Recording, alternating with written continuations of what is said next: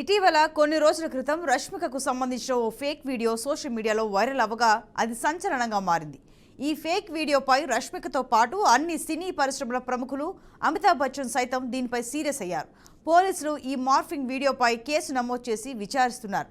తాజాగా Rashmika Mandanna deep fake video కేసులో ఢిల్లీ పోలీసులు నలుగురిని అదుపులోకి తీసుకున్నారు.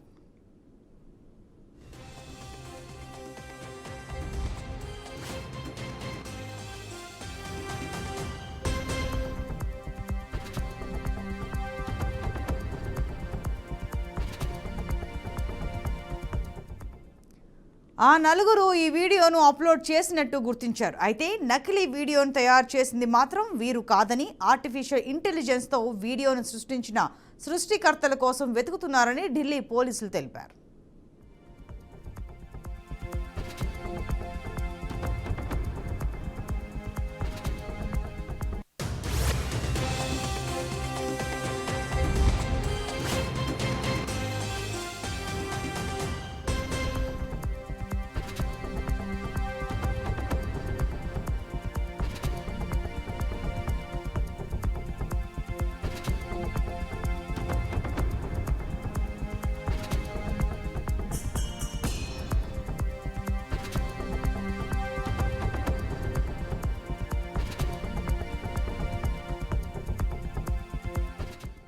ఇక ఈ అంశానికి సంబంధించి మరింత సమాచారం మా క్రైమ్ ప్రతినిధి ప్రవీణ్ ఫోన్ లైన్లో అందిస్తారు. ప్రవీణ్, చెప్పండి. రష్మిక డీప్ ఫేక్ వీడియో కొన్ని రోజుల క్రితం వైరల్గా మారింది.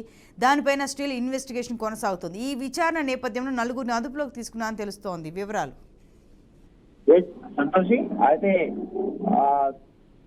ఇటీవల కొన్ని రోజుల క్రితం రష్మికకు సంబంధించిన ఓ ఫేక్ వీడియో వైరల్ గా మారిందని చెప్పాలి. అయితే రష్మిక డీప్ నెక్ లో ఉన్నటువంటి ఆ యొక్క ఫేక్ ఏదైతే వచ్చిందో దాంట్లో బ్లాక్ డ్రెస్ బాగా ఎక్స్పోజింగ్ చేస్తూ లిప్ లోకి వచ్చిన ఓ వీడియో సోషల్ మీడియాలో బాగా వైరల్ గా మారింది అని చెప్పాలి. ఈ ఫేక్ వీడియోపై రష్మికతో పాటు అన్ని సిరీస్ ప్రముఖుల అమితాబ్ సైతం దీనిపై సీరియస్ అయ్యారని తెలిసింది. అయితే ఈ వీడియో ఆర్టిఫిషియల్ ఇంటెలిజెన్స్ సహాయంతో చేశారని ఇప్పుడు పోలీసులు అయితే దాన్ని తేల్చేశారని చెప్పాలి. ఫ్యూచర్ లో ఇలాంటివి జరగకూడదని, ఇలా చేసే వారిపై కఠిన చర్యలు తీసుకోవాలని అభిమానులు సైతం మండిపడుతున్నట్టు తెలుస్తుంది. కొన్ని రోజుల పాటు ఈ వీడియో ఘటన వైరల్ గా మారినట్టుగా తెలుస్తుంది. అయితే పోలీసులు ఈ మార్ఫింగ్ వీడియో పైన కేసు నమోదు చేసి విచారిస్తున్నారు. తాజాగా రష్మిక ముందున్న డీప్ ఫేక్ వీడియో కేసులో ఢిల్లీ పోలీసులు నలుగురిని అదుపులోకి తీసుకున్నట్టు తెలుస్తుంది. ఆ నలుగురు ఈ వీడియోను అప్లోడ్ చేసినట్టుగా గుర్తించారు. అయితే నకిలీ వీడియోను తయారు చేసింది మాత్రం వీరు కాదని, ఆర్టిఫిషియల్ ఇంటెలిజెన్స్ తో